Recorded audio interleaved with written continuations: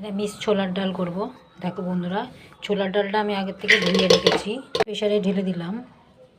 ওর মধ্যে দেবো টুকরো করে আলু রেখেছি, একটা পটল কুচিয়ে রেখেছি, আধখানা টমেটো আর এই লঙ্কা এর মধ্যে দিয়ে দেবো।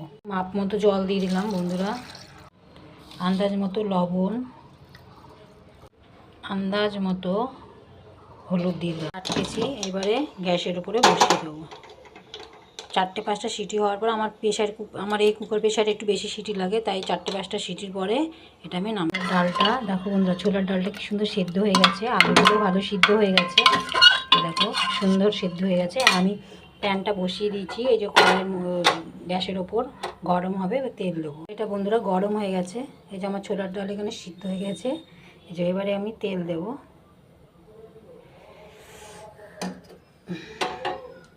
এবারে দেবো শুকনো লঙ্কা, এবারে দেবো আদা কুচি, বন্ধুরা আদাটা কুচিয়ে নিয়েছিলাম। এবারে দেবো গোটা জিরে, বন্ধুরা একটু হিং দিয়ে দেবো তেলের ওপর। ছোলার ডালটা এবার দিয়ে দেবো বন্ধুরা। এবারে একটু নেড়ে চেড়ে নেবো। আমি ছোলার ডালের তরকারি, তাই একটু বেশি করে মিষ্টি দেবো বন্ধুরা। নামানো সময় হয়ে গেছে, এবার একটু ঘি দিয়ে নামিয়ে নেবো বন্ধুরা।